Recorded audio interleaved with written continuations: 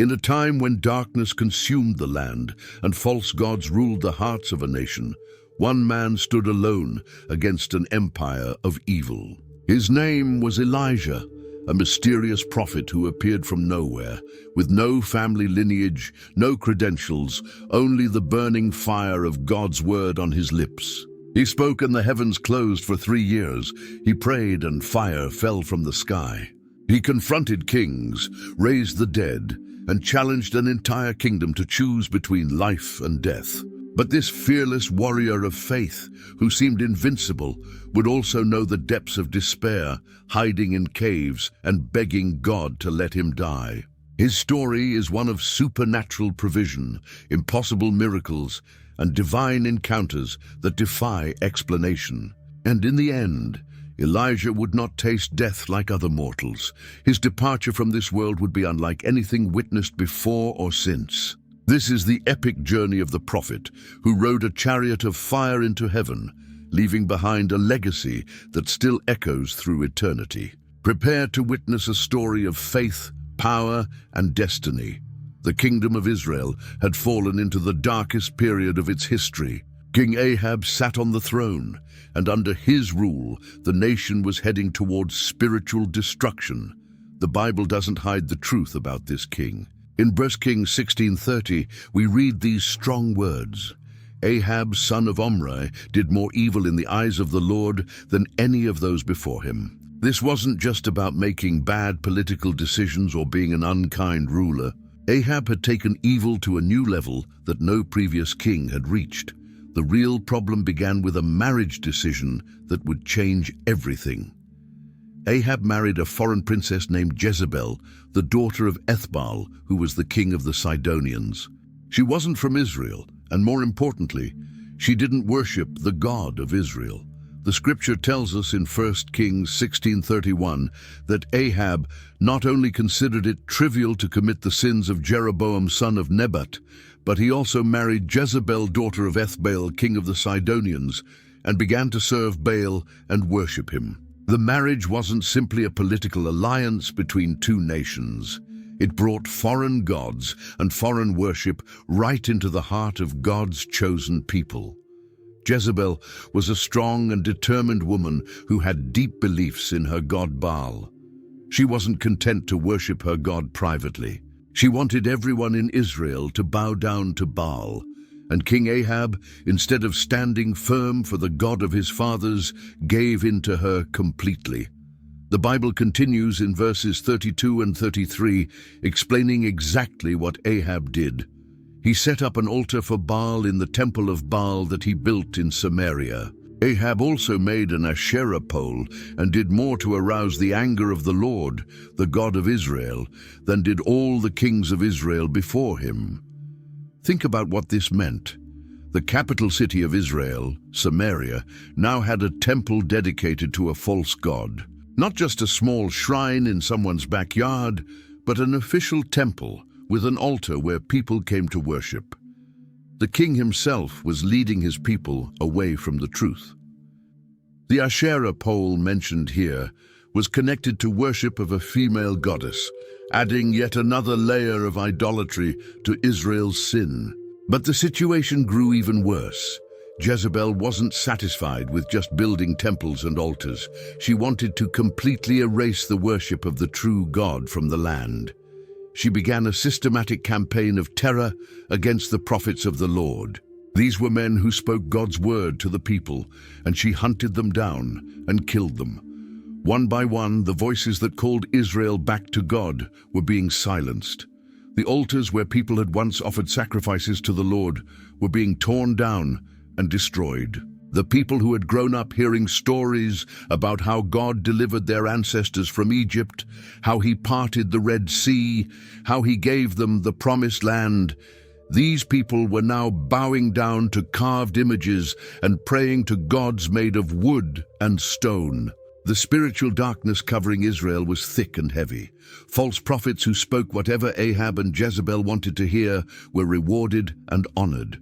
True prophets who dared to speak God's truth were living in fear for their lives. The nation that was supposed to be a light to the surrounding peoples, showing them what it meant to serve the living God, had become just like all the other nations, worshipping idols that couldn't see, hear, or do anything at all. Into this darkness, without any warning, came a man named Elijah. His arrival in the biblical story is sudden and dramatic. We don't get chapters about his childhood or his training. We don't learn about his parents or how he became a prophet. He simply appears, like a bolt of lightning splitting a dark sky. The Bible introduces him in 1 Kings 17:1 with these direct words. Now Elijah the Tishbite from Tishbe in Gilead said to Ahab, "As the Lord, the God of Israel, lives, whom I serve, there will be neither dew nor rain in the next few years except at my word." Just imagine that scene for a moment. Here was King Ahab, the most powerful man in Israel, sitting in his palace surrounded by his advisors and guards. And this man from Gilead, a rough area east of the Jordan River, walked right up to him with a shocking announcement. No formal introduction, no request for an audience, no diplomatic language or careful political phrasing. Elijah just declared what was going to happen. He swore by the living God, the God of Israel, and announced that the rain would stop. Not just a little drought, but a complete stopping of rain and even dew for years. And it wouldn't rain again until Elijah himself said it could. The prophet was declaring that he held the keys to the sky, that he could shut up the heavens and open them again by his word. But this message was about much more than weather. It was a direct challenge to everything Ahab and Jezebel stood for. You see, Baal was supposed to be the storm god, the god who controlled rain and fertility. The whole reason people worship Baal was because they believed he made their crops grow and their livestock multiply. Farmers prayed to Baal for rain. They built altars to Baal, hoping he would bless their fields. Jezebel had brought hundreds of Baal prophets to Israel, and they all claimed that Baal was the source of all agricultural blessing. Now this prophet was saying that Baal had no power at all. The rain wouldn't come from Baal's hand. The dew wouldn't fall because of Baal's blessing.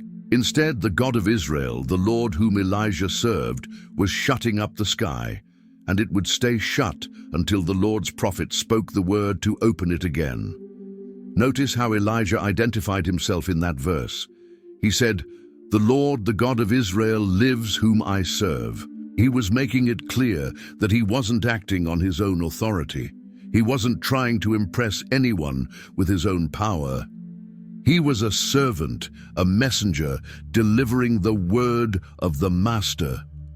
The living God had spoken, and Elijah was simply announcing what the Lord had decided.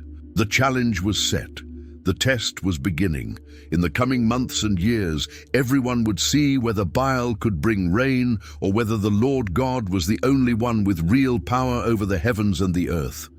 The entire nation was about to learn a lesson about who the true God really was. After Elijah delivered his shocking message to King Ahab, he couldn't just stay in Samaria. Jezebel would certainly want him dead after such a bold declaration against her God. The king and queen now knew that a terrible drought was coming, and they knew who had announced it. Elijah needed to disappear, and quickly. But God already had a plan for his prophet.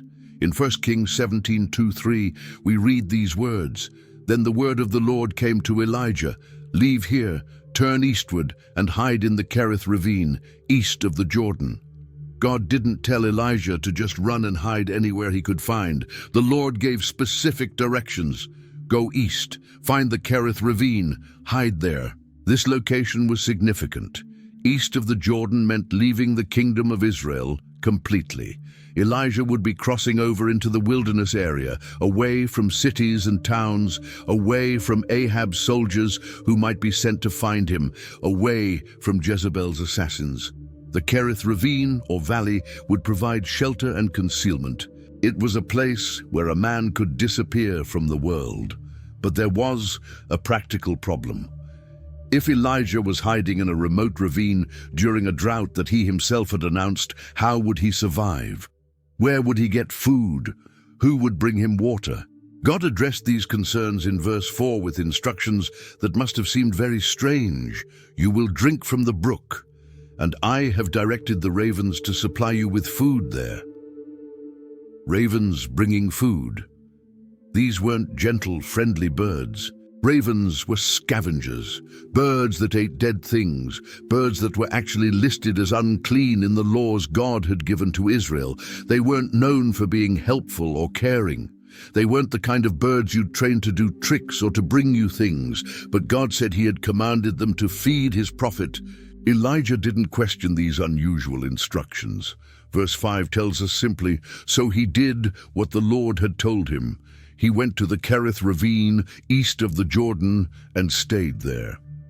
The prophet obeyed immediately and completely.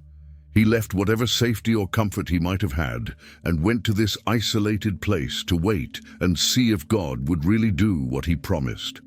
And then the miracle began. Verse 6 describes what happened day after day. The ravens brought him bread and meat in the morning and bread and meat in the evening, and he drank from the brook. Every single morning, these birds appeared with bread and meat. Every single evening, they came again with more food. Where did ravens get bread? How did they carry meat? Where were they getting this food to bring to Elijah? The Bible doesn't explain any of that, and that's exactly the point. This was supernatural provision. This was God doing something that made no natural sense, showing his prophet that he can provide in any way he chooses. Elijah couldn't take credit for feeding himself. He couldn't go out and earn money to buy food.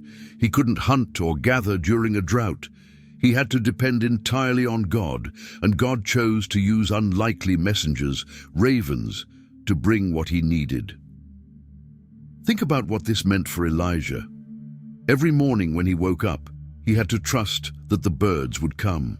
Every evening, as hunger set in, he had to believe they would appear again.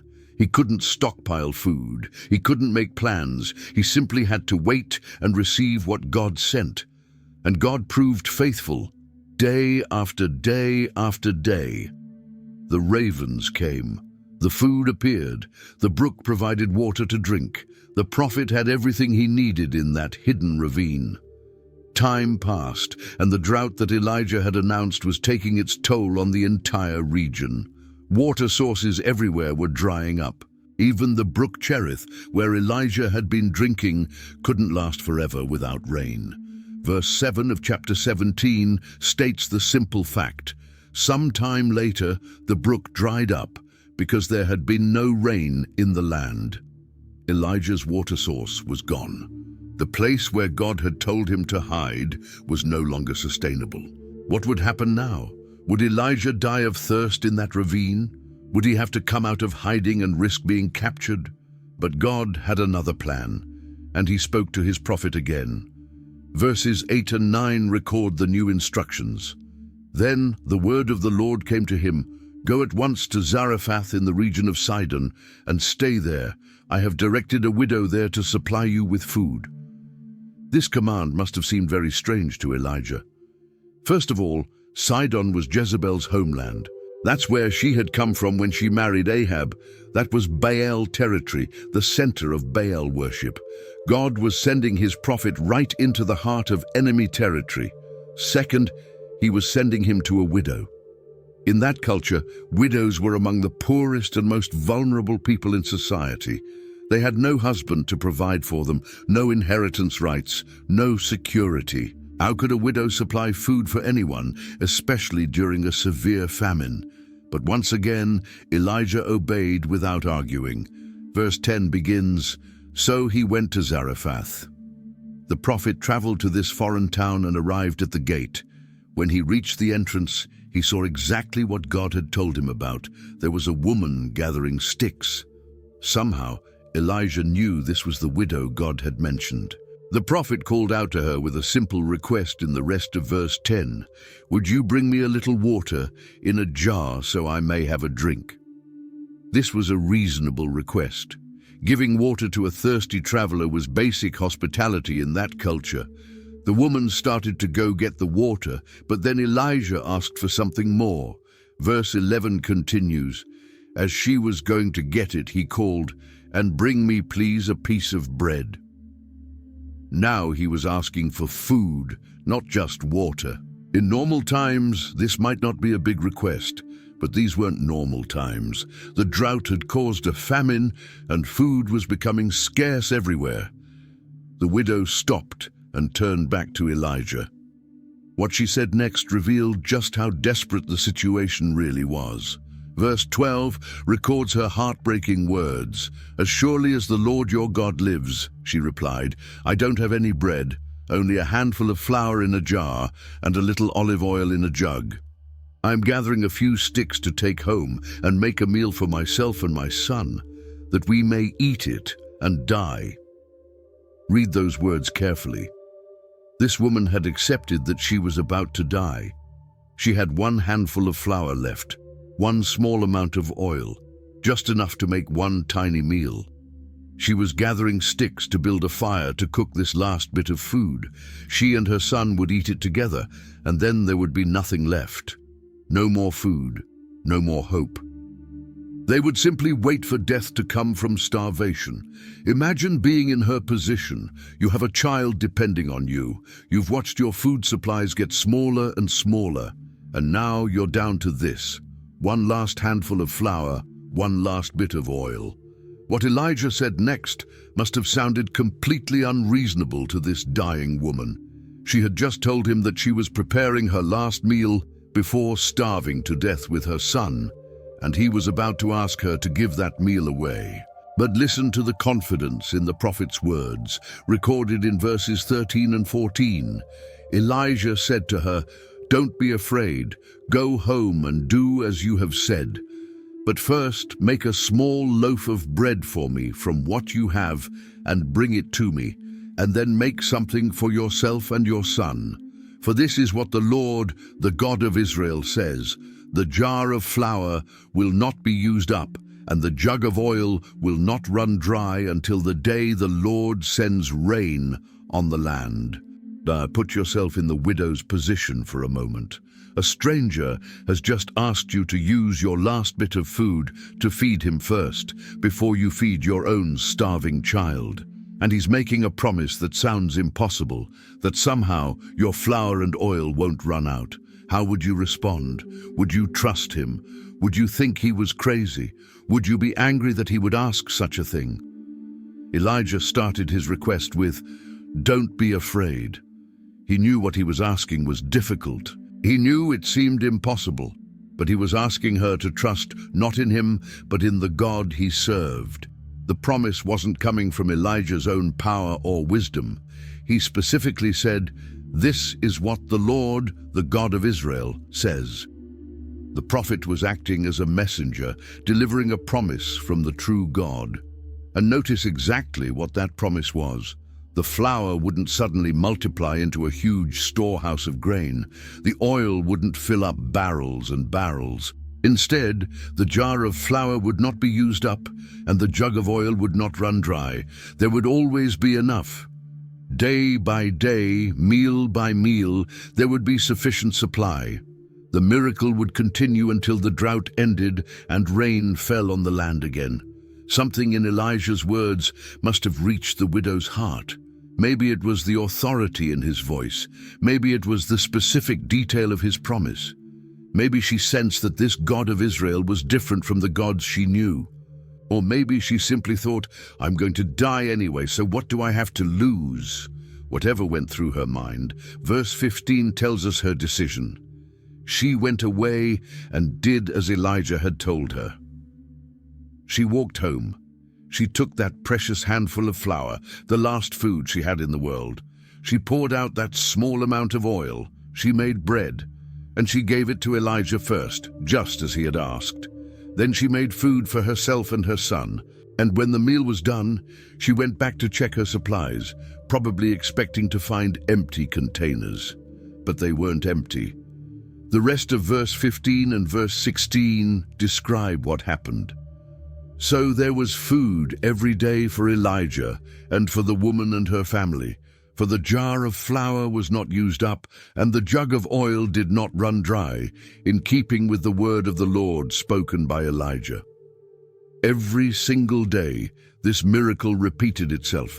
The widow would reach into that jar expecting to find it empty, and there was flour. She would tip that jug expecting nothing to pour out, and oil flowed. It wasn't a huge amount, just enough for that day's needs. But it was always there. Day after day, week after week, month after month, the flour and oil kept coming. 3 people who should have died of starvation were eating every day. A widow who had given up hope was watching God provide for her family in an impossible way. Life in the widow's house had settled into a rhythm of daily miracles. Every day, the flour jar had flour. Every day, the oil jug had oil. The threat of starvation that had seemed so real and so close was gone. God was providing, and they were surviving the famine that was devastating the land around them. Elijah was safe in this home. The widow was caring for her son, and everyone had enough to eat. But then something happened that shattered this peaceful routine, something that seemed to contradict everything God had been doing for them. Verse 17 describes it plainly. Sometime later, the son of the woman who owned the house became ill. He grew worse and finally stopped breathing. The boy got sick. We don't know what illness struck him. The Bible doesn't give us those details. What we know is that his condition deteriorated rapidly.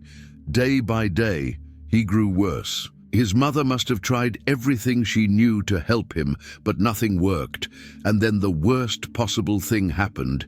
He stopped breathing. The child died right there in the house where God had been performing a daily miracle of provision. Think about the widow's emotions at this moment. God had saved her from starvation. She had seen the impossible happen every single day in her flour jar and oil jug. She had trusted and obeyed when Elijah asked her to give away her last meal, and now her son, her only child, was dead. In that culture and time, a widow with no son had no future, no security, no hope. Her child was everything to her, and she blamed Elijah for what had happened. Her grief poured out in words recorded in verse 18. She said to Elijah, "What do you have against me, man of God? Did you come to remind me of my sin and kill my son?" Listen to the pain in her question. She called him man of God. She recognized that he represented the divine. But she thought his presence had brought judgment instead of blessing. She believed that somehow, by having this holy man in her house, God's attention had been drawn to her. And when God looked at her, he remembered some sin from her past, something she had done wrong years ago, and decided to punish her by taking her son. This is what grief can do to us. It makes us search for reasons, for explanations, for someone or something to blame. The widow thought there must be a cause for this tragedy, and she concluded it must be her own sin. She thought God was paying her back for something. She couldn't understand why the same God who had miraculously fed her family would now take her child's life. Elijah didn't argue with the grieving mother. He didn't try to defend himself or explain theology or tell her she was wrong to feel what she was feeling. Instead, he simply spoke the words in verse 19, "Give me your son." The scripture continues. Elijah took him from her arms, carried him to the upper room where he was staying, and laid him on his bed. The prophet gently took the dead boy from his mother's arms. He carried the lifeless body upstairs to the room where he had been living during his time in this house. He laid the child on his own bed, and then, alone with this terrible situation, Elijah began to pray. But this wasn't a calm, peaceful, formal prayer. This was raw. This was desperate. This was a man crying out to God with confusion and pain in his heart. Verse 20 records Elijah's words. He cried out to the Lord, "Lord my God, have you brought tragedy even to this widow I am staying with by causing her son to die?" Elijah was wrestling with God. He was asking the hard question that was surely on the widow's mind and on his own mind too. Why? Why would the Lord perform daily miracles to feed this family and then let the boy die? Why would God save them from starvation only to bring this new tragedy? It didn't make sense. This widow had shown faith and obedience when she gave her last meal to Elijah. She had trusted God's promise about the flour and oil, and now her son was dead. The prophet wasn't pretending to understand. He wasn't giving easy answers. He was honestly, openly asking God to explain what was happening. This shows us something important about prayer. We can be real with God. We can ask Him our honest questions. We can express our confusion and pain. Elijah didn't hide his feelings or try to be super spiritual. He cried out to the Lord with the weight of this tragedy heavy on his heart. But Elijah didn't stop with questions. He moved from asking why to asking for action. Verse 21 describes what the prophet did next. Then he stretched himself out on the boy 3 times and cried out to the Lord, "Lord my God, let this boy's life return to him." 3 times Elijah laid his own body on top of the dead child's body. 3 times he prayed for life to come back. He was physically involved in this prayer, putting himself in direct contact with death itself. This wasn't some distant, detached request. The prophet was literally covering the child with his own body, as if trying to transfer his own life force, his own breath, his own warmth to this cold, lifeless boy. And his prayer was simple and direct. Let this boy's life return to him. Elijah was asking God to do something that had never been recorded in Scripture before this moment. He was asking for resurrection. He was asking God to reverse death itself, to bring back something that was gone, to restore life where there was only lifelessness. This took enormous faith. Death was final. Everyone knew that. When someone stopped breathing, that was the end. There was no bringing them back. But Elijah believed that the God who could make flour and oil appear every day could also make life return to a dead body. God heard his prophet's desperate prayer. The answer came, and it's described simply and powerfully in verse 22. The Lord heard Elijah's cry, and the boy's life returned to him, and he lived.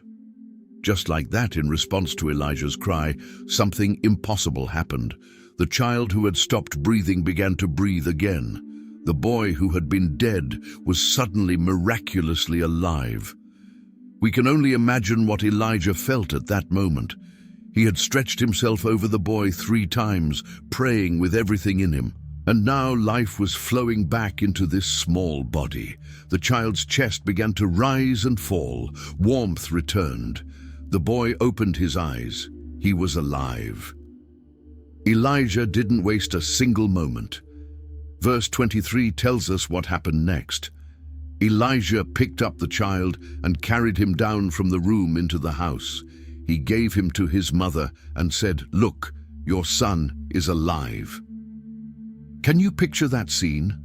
The widow had given her dead son to Elijah earlier, her heart completely broken, her world destroyed.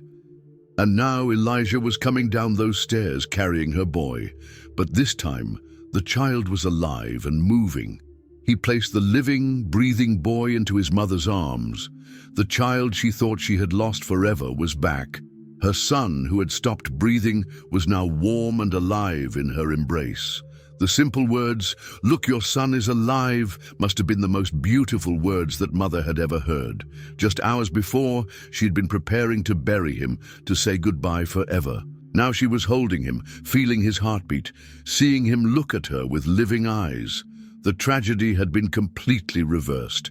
Death had been defeated, but something deeper than just relief happened in that moment.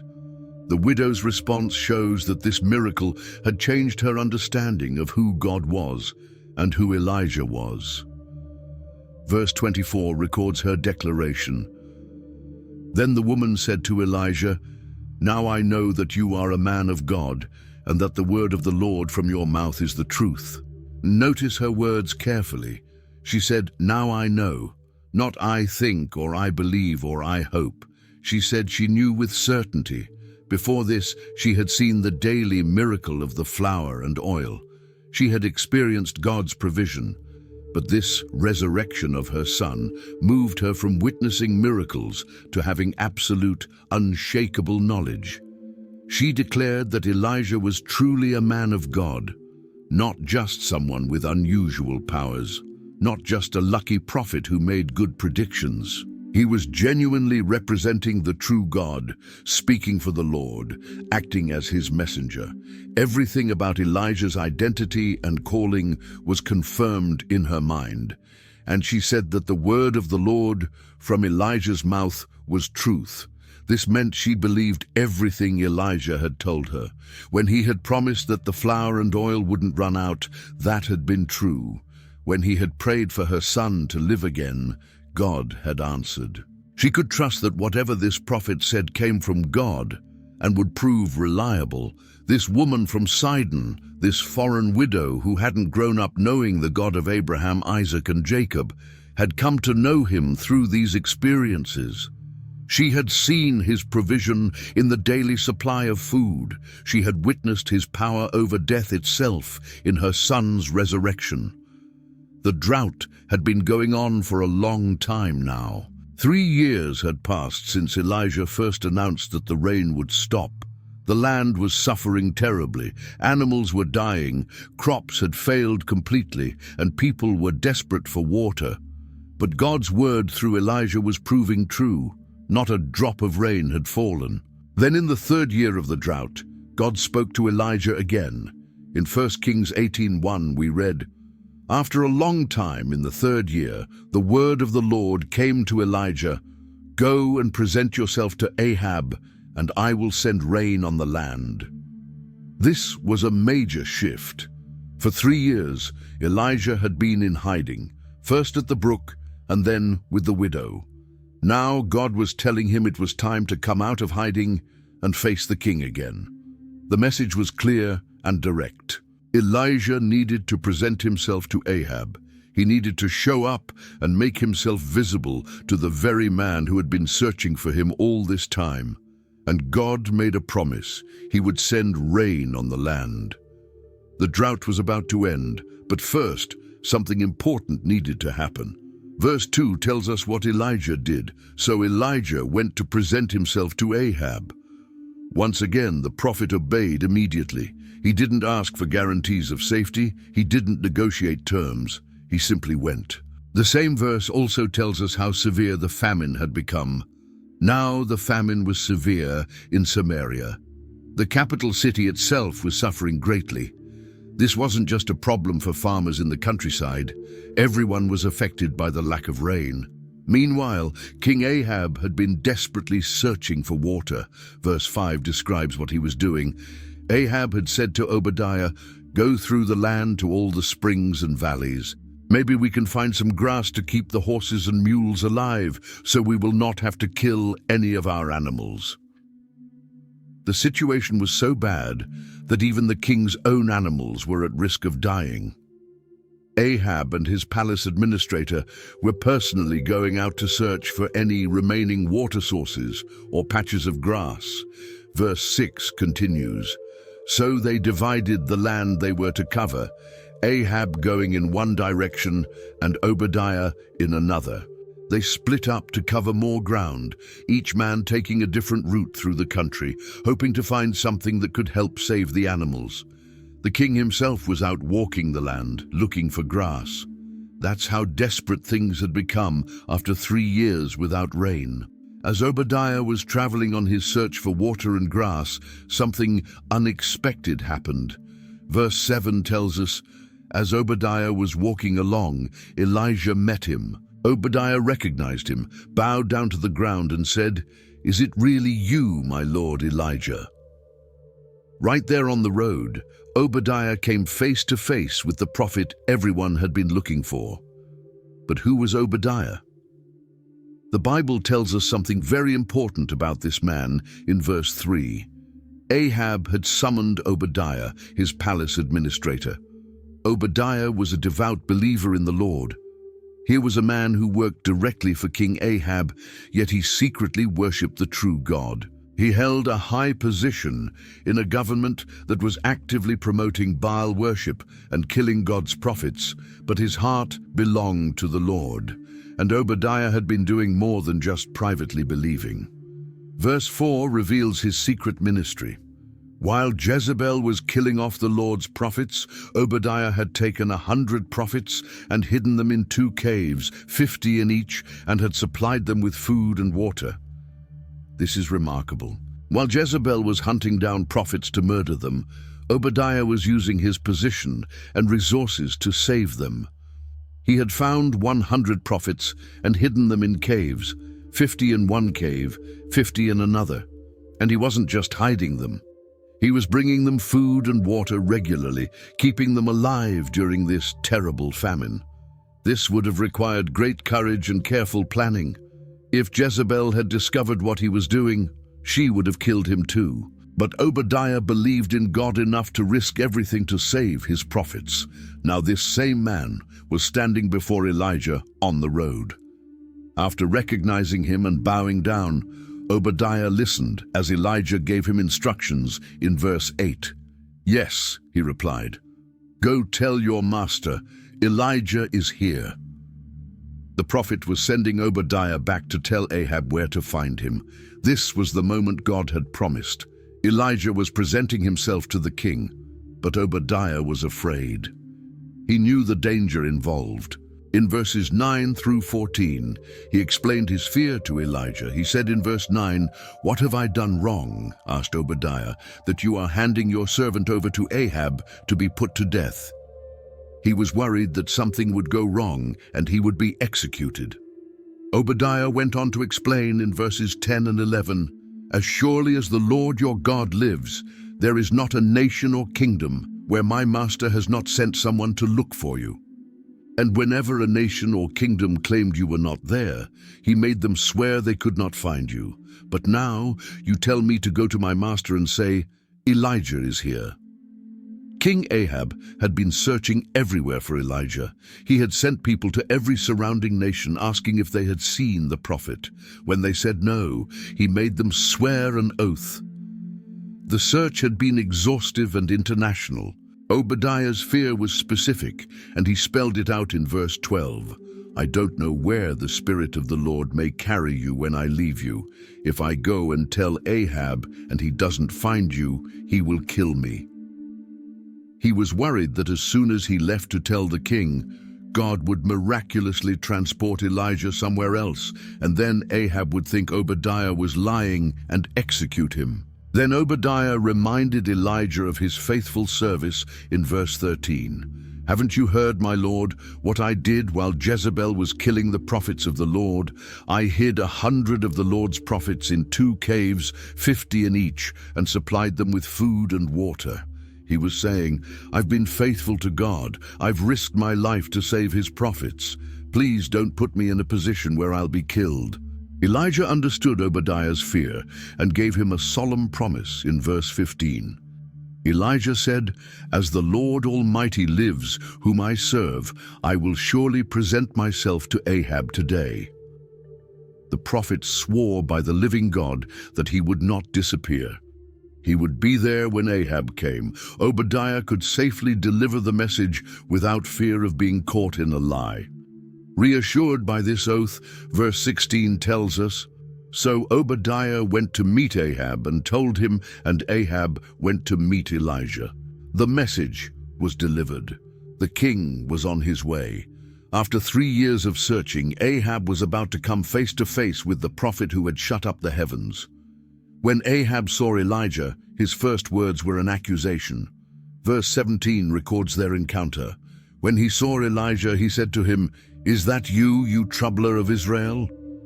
The king blamed Elijah for all the suffering the nation was experiencing. In his mind, the prophet was the one causing problems. The drought, the famine, the dying animals, the desperate people, all of it was Elijah's fault. But Elijah didn't accept that blame. He immediately turned it back on the king with powerful words in verse 18. "I have not made trouble for Israel," Elijah replied, "but you and your father's family have. You have abandoned the Lord's commands and have followed the Baals." The prophet made it clear that the real troublemaker was Ahab himself. By abandoning God and worshipping Baal, the king had brought judgment on the nation. Elijah was just the messenger announcing what God had decided to do. Then Elijah issued a bold challenge. Verse 19 contains his instructions to the king. "Now summon the people from all over Israel to meet me on Mount Carmel, and bring the 450 prophets of Baal and the 400 prophets of Asherah who eat at Jezebel's table." This was an audacious request. Elijah was telling the king what to do. Gather all Israel, bring all the prophets of Baal and Asherah, and meet at Mount Carmel. Mount Carmel was a mountain on the coast, a significant location, and Elijah wanted everyone there, the whole nation and all the false prophets.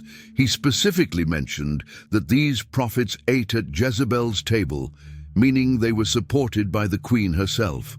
There were 450 prophets of Baal and 400 prophets of Asherah, a total of 850 false prophets. And Elijah was going to face all of them. Surprisingly, Ahab agreed.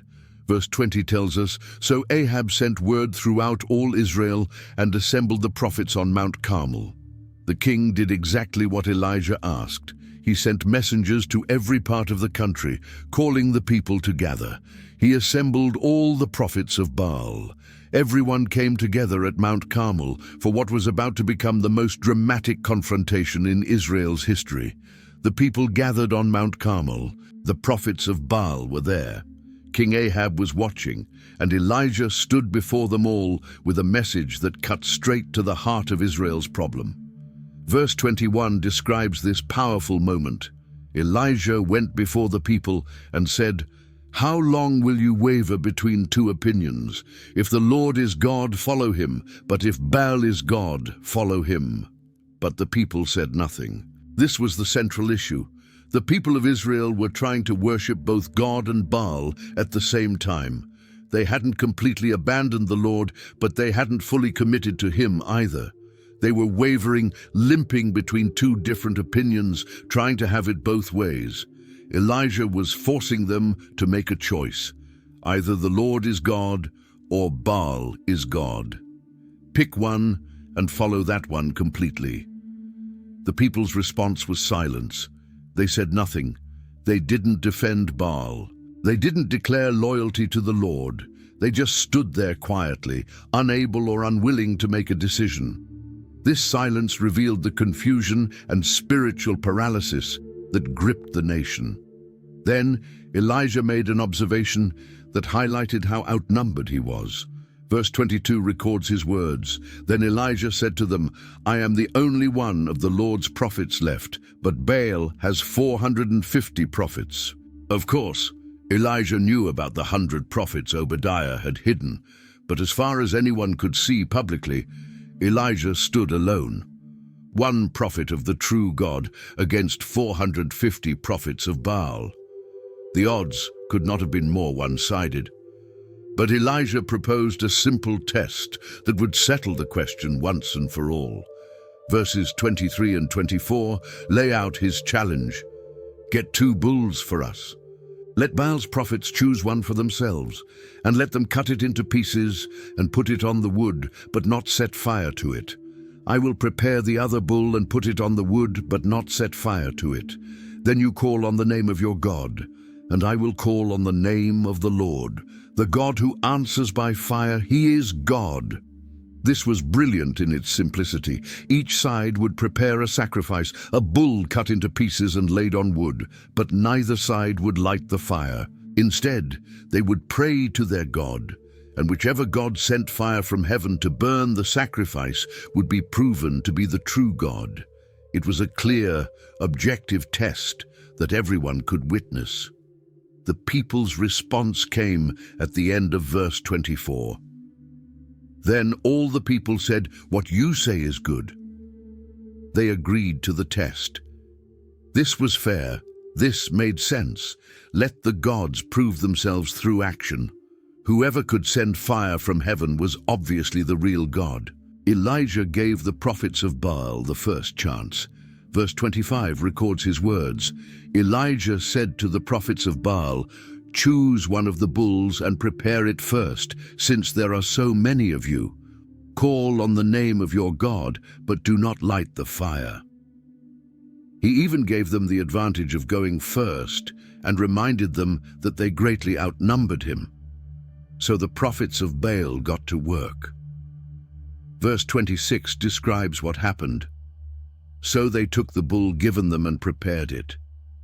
Then they called on the name of Baal from morning till noon. "Baal, answer us!" they shouted. But there was no response. No one answered. And they danced around the altar they had made. From morning until noon, that's several hours, they called out to Baal. They shouted his name. They begged him to answer. They danced around their altar, performing their rituals. But nothing happened. There was no response. No one answered. The sky remained silent. The wood remained unlit. At noon, Elijah began to mock them. His words in verse 27 drip with sarcasm. At noon, Elijah began to taunt them. "Shout louder," he said. "Surely he is a god. Perhaps he is deep in thought or busy or traveling. Maybe he is sleeping and must be awakened." The prophet was pointing out the absurdity of their situation. If Baal was really a god, why couldn't he hear them? Maybe he was thinking about something else. Maybe he was busy with another task. Maybe he went on a trip. Maybe he was taking a nap and needed them to wake him up. This mockery pushed the prophets of Baal to increase their efforts. Verse 28 tells us what they did next. So they shouted louder and slashed themselves with swords and spears, as was their custom, until their blood flowed. They became frantic and desperate. They cut their own bodies with weapons, causing themselves to bleed. This was apparently part of their worship practice, but it showed their desperation. They were willing to harm themselves, thinking that perhaps their suffering would get Baal's attention, but still nothing happened. Verse 29 describes their continued failure. Midday passed, and they continued their frantic prophesying until the time for the evening sacrifice. But there was no response. No one answered. No one paid attention. They kept going all afternoon, right up until evening. They prophesied frantically, worked themselves into a frenzy, maintained their desperate rituals for hours and hours, but the result was the same. No response, no answer, no attention from Baal. The God they served could not hear them. The God they worshipped could not respond. After an entire day of calling out, dancing, cutting themselves and prophesying, they had absolutely nothing to show for it. Baal was silent because Baal was not real. Now it was Elijah's turn. Verse 30 begins. Then Elijah said to all the people, "Come here to me."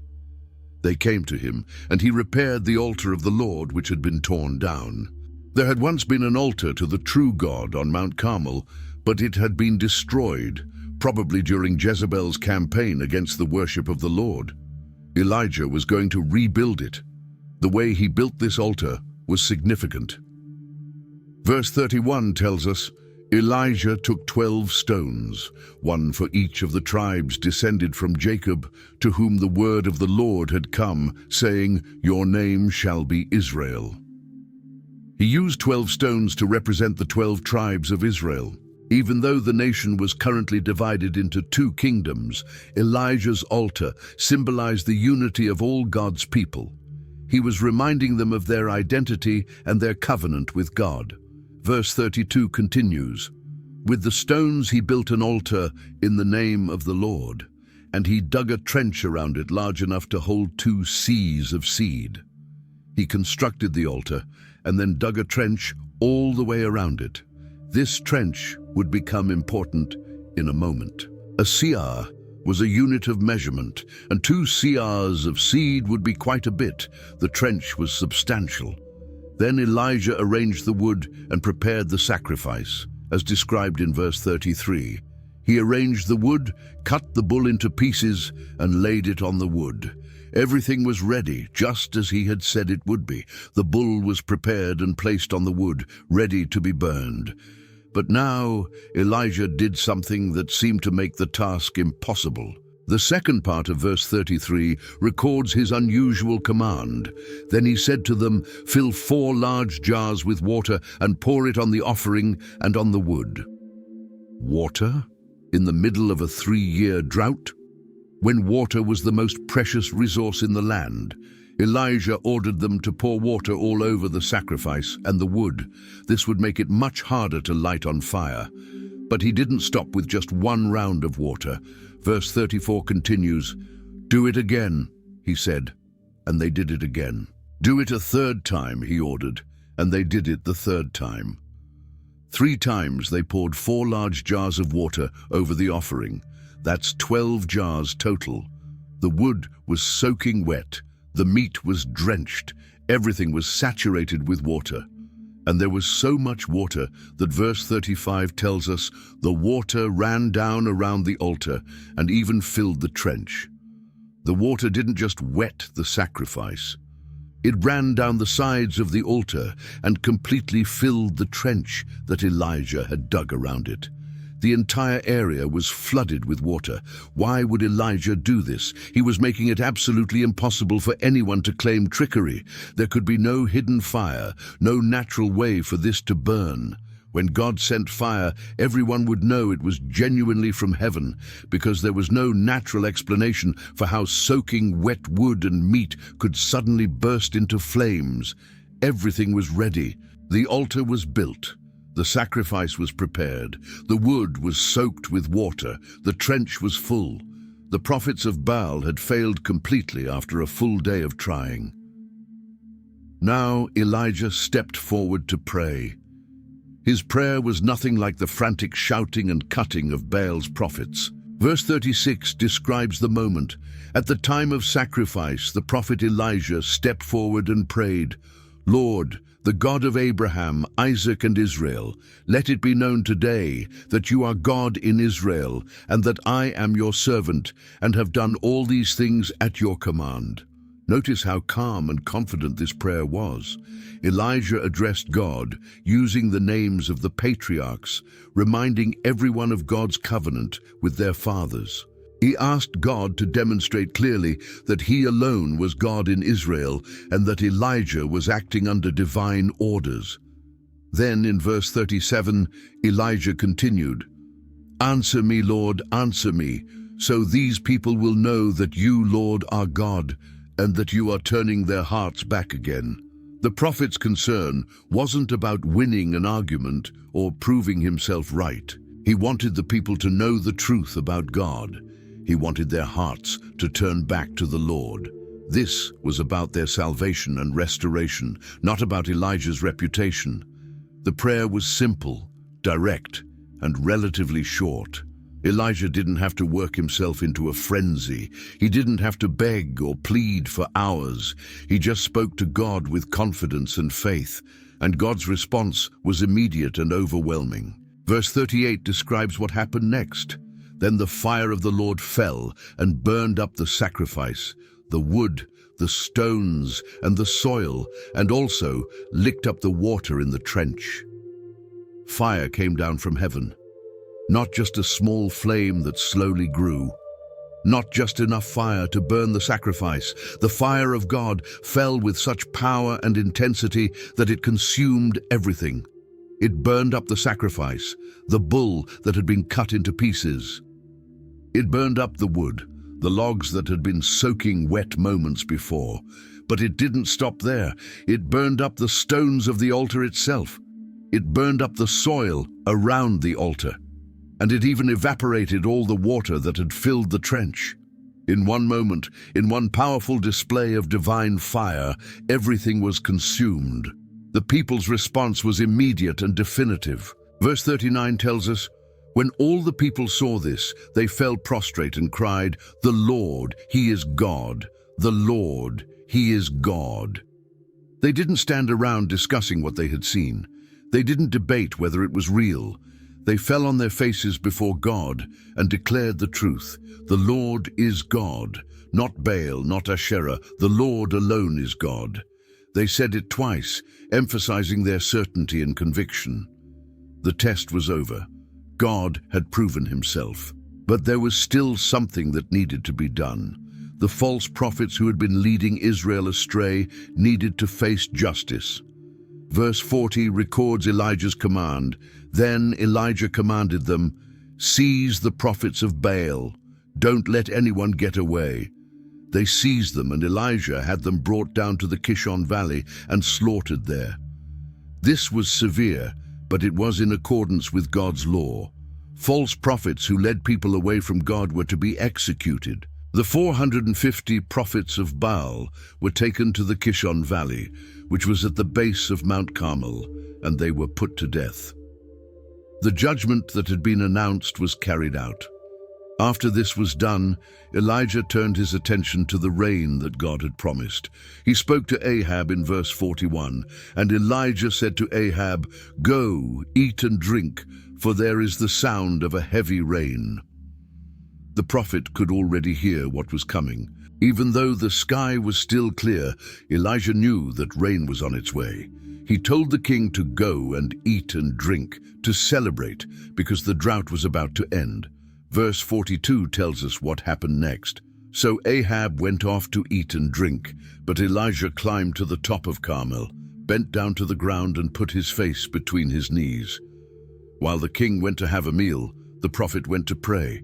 Elijah climbed back up to the top of Mount Carmel and bowed down in a position of intense prayer, his face between his knees. Then he sent his servant to look toward the sea. Verse 43 describes what happened. "Go and look toward the sea," he told his servant. And he went up and looked. "There is nothing there," he said. 7 times Elijah said, "Go back." The servant went and looked at the Mediterranean Sea in the distance. Nothing. No sign of rain. No clouds. Elijah sent him back again. Still nothing. This happened 7 times. Each time the servant returned with the same report. There was nothing to see. But Elijah didn't give up. He kept praying and kept sending his servant to look. And on the 7th time, something changed.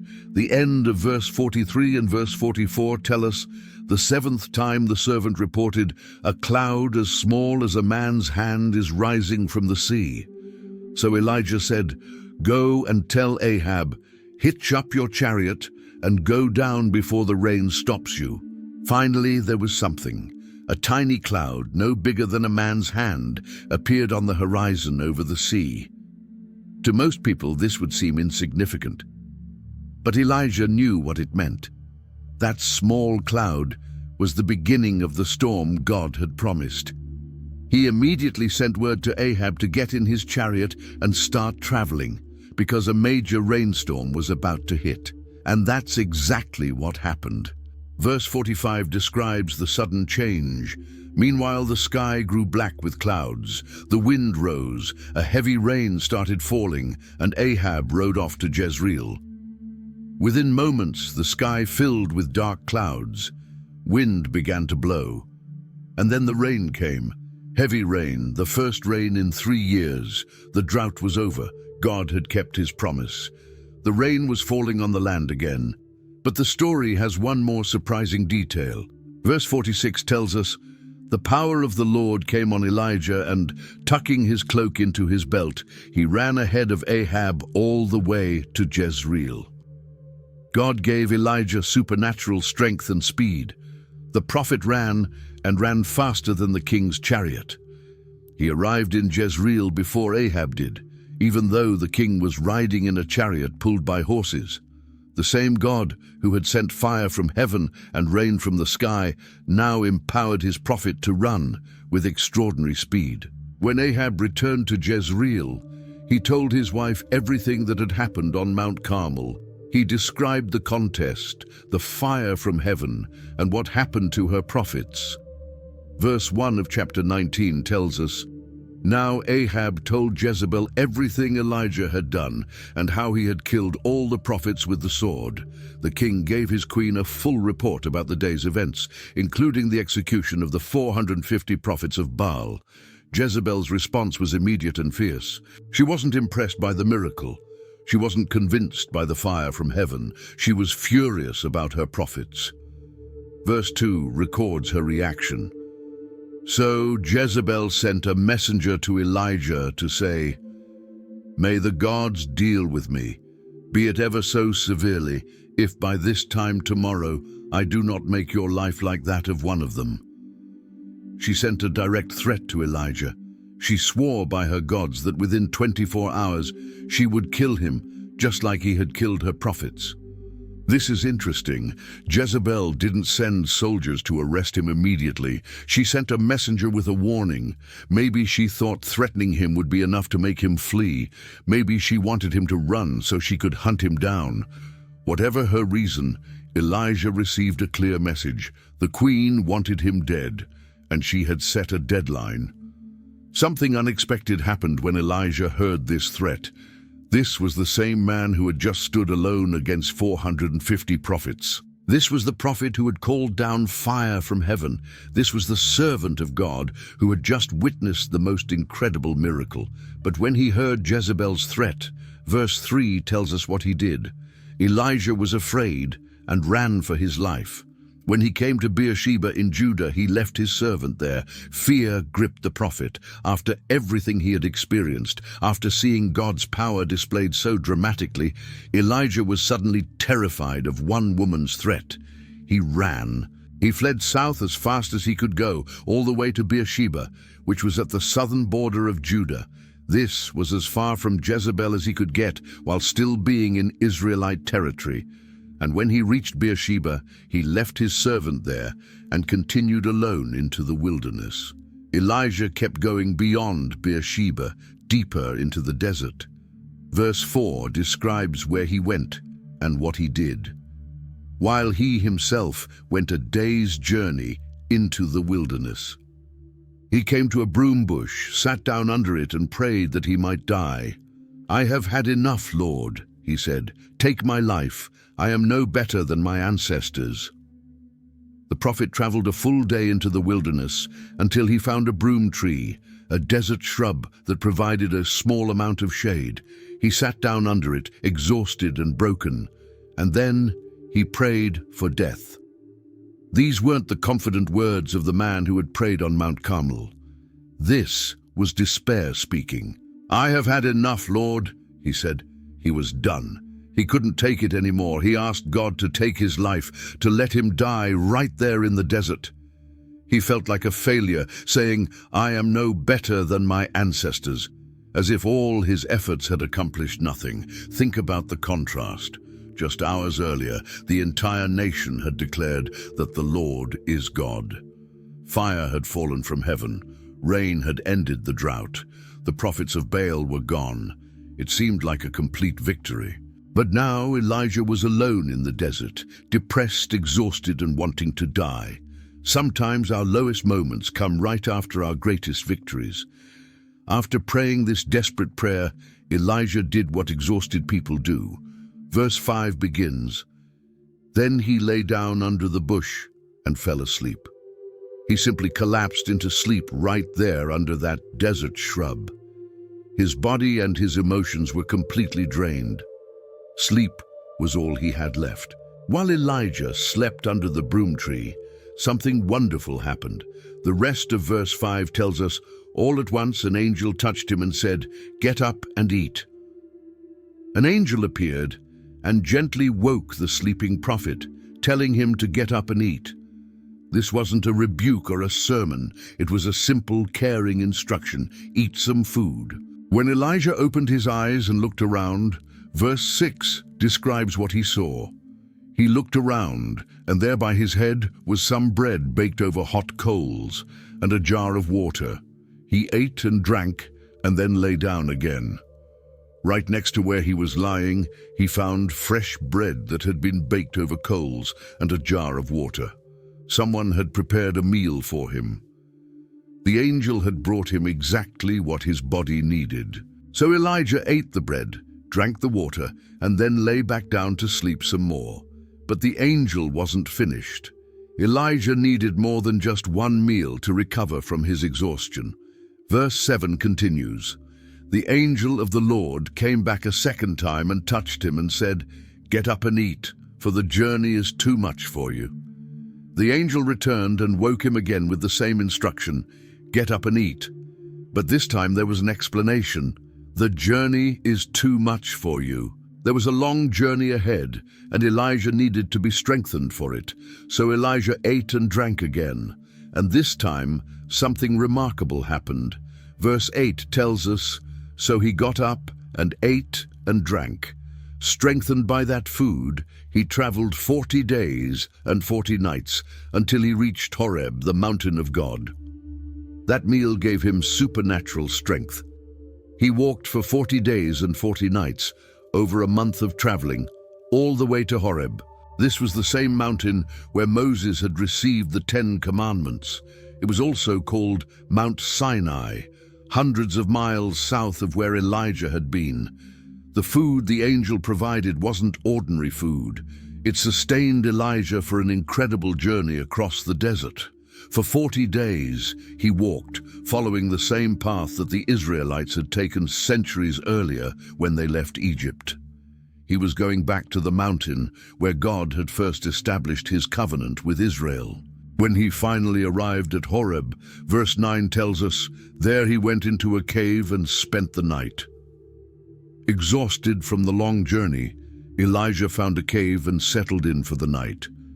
This might have been the same cave where God had hidden Moses when he asked to see God's glory. Now another prophet was taking shelter in this sacred place.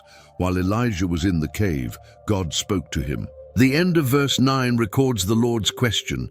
And the word of the Lord came to him, "What are you doing here, Elijah?" It was a simple question, but it carried weight.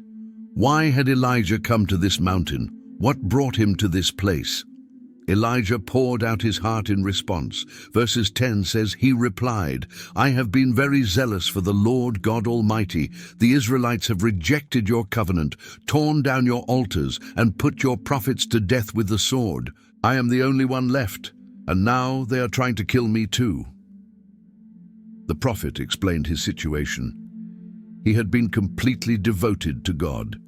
He had worked hard for the Lord.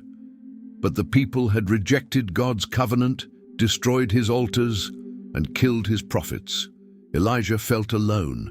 He thought he was the only faithful one left, and now even he was being hunted. God's response was unexpected.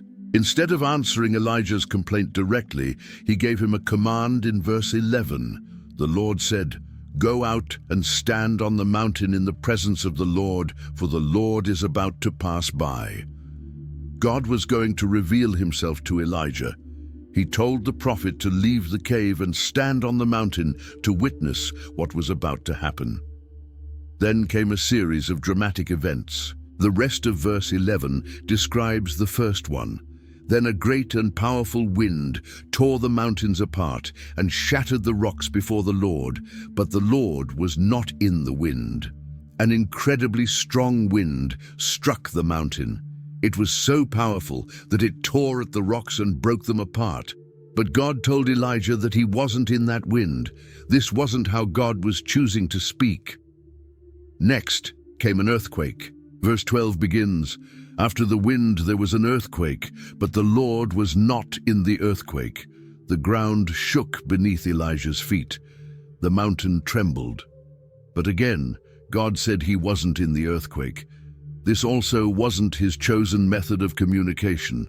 Then fire appeared. The verse continues, "After the earthquake came a fire, but the Lord was not in the fire." Flames blazed on the mountain. This must have reminded Elijah of the fire that fell on Mount Carmel. But God said he wasn't in the fire either. Finally, something completely different happened. The end of verse 12 and the beginning of verse 13 describe it. "And after the fire came a gentle whisper. When Elijah heard it, he pulled his cloak over his face and went out and stood at the mouth of the cave." After all the dramatic displays, the wind, the earthquake, the fire, came a gentle whisper. Some translations call it a still small voice, or a soft murmuring sound. It was quiet, gentle, almost inaudible, and this was where God was. When Elijah heard that quiet voice, he covered his face with his cloak out of reverence and went to stand at the cave entrance. God wasn't in the powerful, dramatic displays. He was in the gentle whisper. Sometimes God speaks in the quietest ways. Standing at the cave entrance with his face covered, Elijah heard God's voice again. The rest of verse 13 says, "Then a voice said to him, 'What are you doing here, Elijah?' It was the same question God had asked before. What brought him to this mountain? Elijah gave the same answer he had given earlier. Verse 14 records his words. He replied, "I have been very zealous for the Lord God Almighty. The Israelites have rejected your covenant, torn down your altars, and put your prophets to death with the sword. I am the only one left, and now they are trying to kill me too." Well, nothing had changed in his perspective. He still felt alone, still felt like all his work had been for nothing, still believed he was the last faithful person in Israel. But now God gave him a new assignment. Verses 15 and 16 contain God's instructions. The Lord said to him, "Go back the way you came and go to the desert of Damascus. When you get there, anoint Hazael king over Aram. Also anoint Jehu son of Nimshi king over Israel, and anoint Elisha son of Shaphat from Abel Meholah to succeed you as prophet." God gave Elijah 3 specific tasks. He needed to travel to Damascus and anoint a man named Hazael to be the next king of Aram. He needed to anoint Jehu to be the next king of Israel, and he needed to anoint Elisha to be the next prophet, the one who would take over Elijah's ministry. This was God's answer to Elijah's despair. The prophet thought his ministry was over and had failed, but God was giving him new work to do. God was already planning the next phase of his work in Israel, and Elijah had a role to play in it. Then God explained what would happen through these 3 men.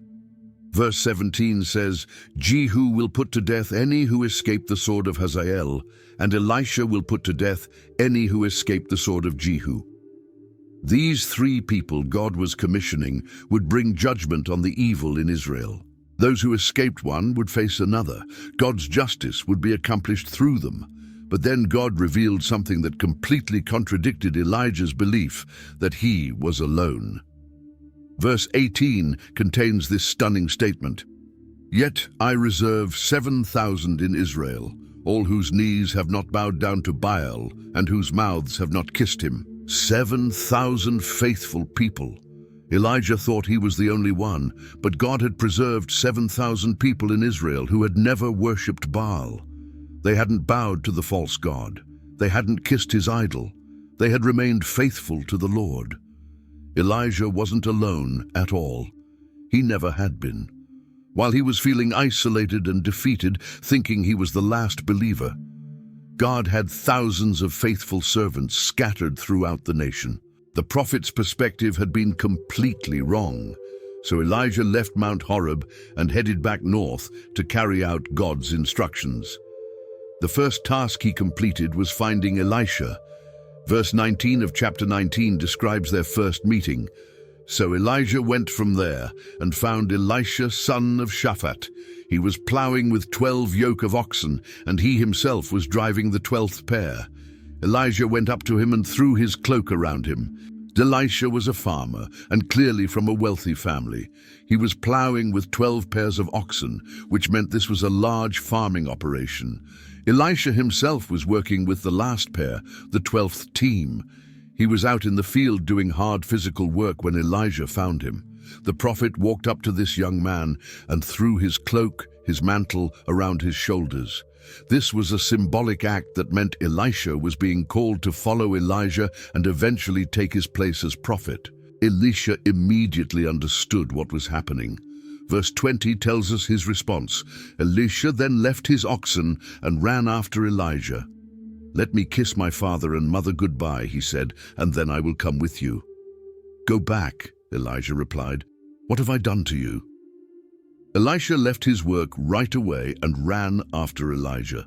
He asked for permission to say goodbye to his parents first, which was a reasonable request. Elijah's response, "What have I done to you?" seems to have been his way of telling Elisha that he was free to make his own choice. Elijah had issued the call, but Elisha had to decide how to respond. Elisha's decision was immediate and total. Verse 21 describes what he did. So Elisha left him and went back. He took his yoke of oxen and slaughtered them. He burned the plowing equipment to cook the meat and gave it to the people, and they ate. Then he set out to follow Elijah and became his servant. This wasn't a temporary commitment or a trial period. Elisha killed his oxen, his means of making a living. He burned his plowing equipment, his tools for farming. He used them to cook the meat and threw a feast for the people. He was burning his bridges, making it impossible to go back to his old life. Then he left everything and followed Elijah, becoming his servant. From this moment on, Elisha would be learning from Elijah, serving him, and preparing to take over his ministry. The older prophet had found his successor. Years passed, and the time came for God to take Elijah to heaven. Chapter 2 of 2 Kings begins with this statement in verse 1. When the Lord was about to take Elijah up to heaven in a whirlwind, Elijah and Elisha were on their way from Gilgal. Both prophets knew something significant was about to happen. They were traveling together from Gilgal, beginning what would be Elijah's final journey on earth. As they traveled, Elijah tried to get Elisha to stay behind. Verse 2 records their conversation.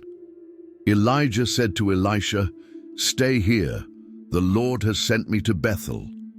But Elisha said, "As surely as the Lord lives and as you live, I will not leave you." So they went down to Bethel. Elijah told his servant to stay in Gilgal while he went on to Bethel. But Elisha refused with a strong oath. He swore he would not leave Elijah's side. So they traveled together to Bethel.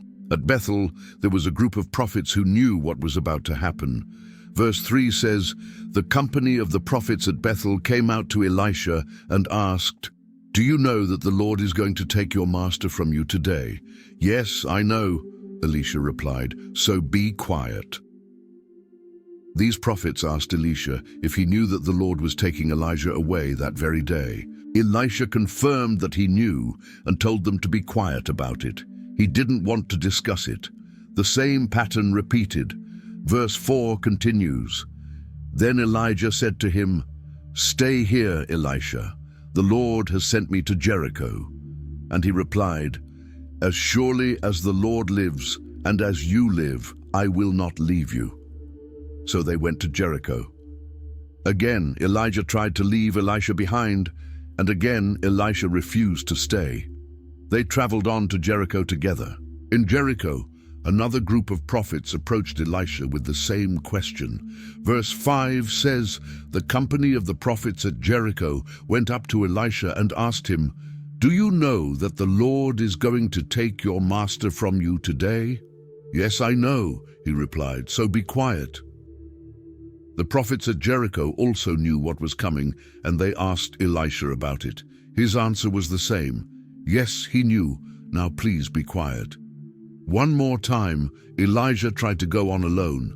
Verse 6 records, "Then Elijah said to him, 'Stay here, the Lord has sent me to the Jordan.' And he replied, 'As surely as the Lord lives and as you live, I will not leave you.' So the two of them walked on. For the third time, Elijah told Elisha to stay behind. For the third time, Elisha swore he would not leave. They continued together to the Jordan River.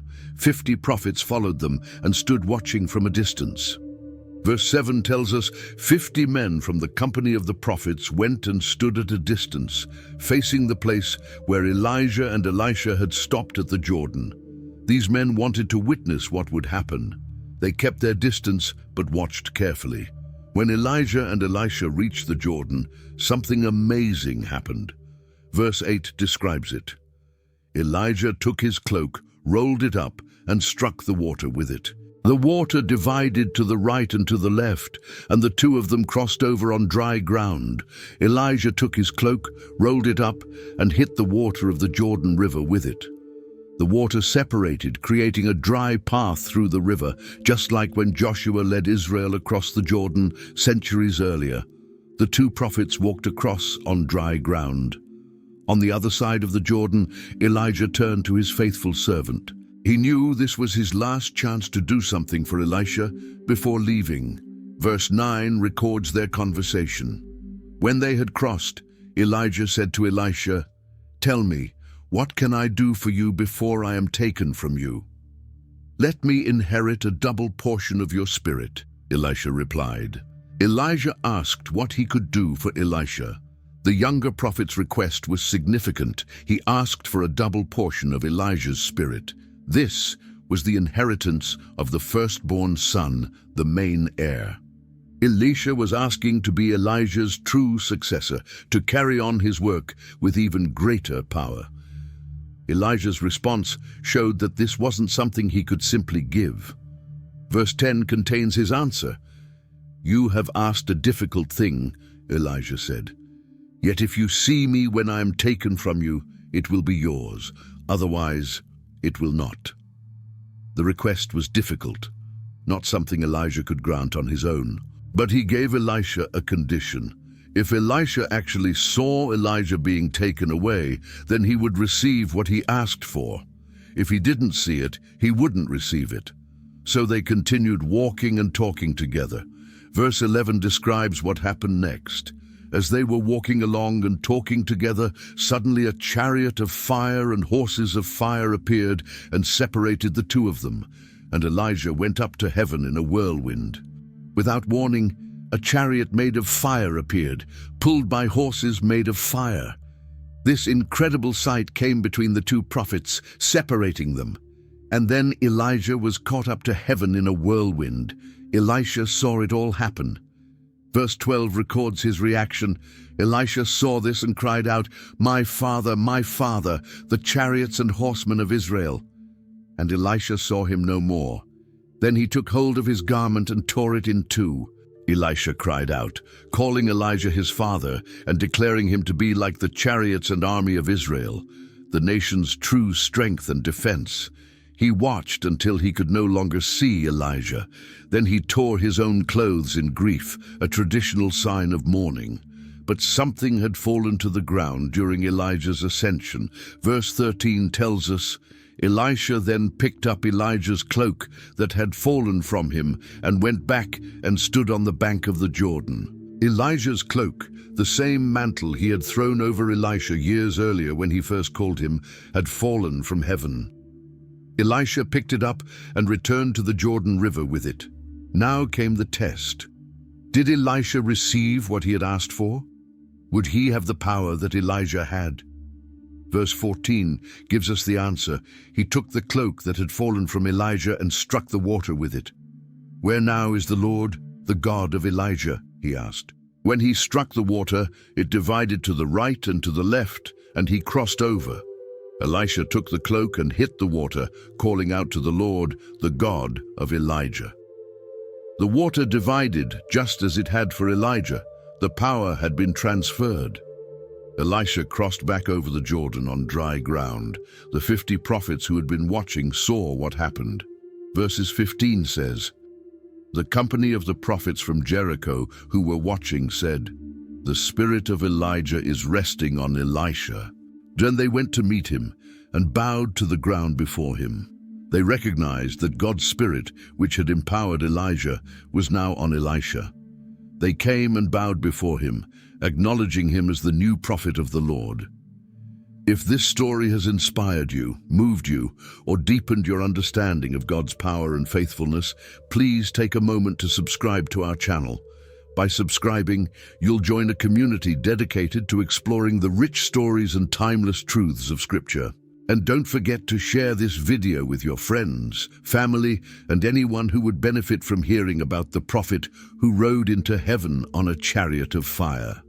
Your support helps us continue bringing these powerful biblical narratives to life.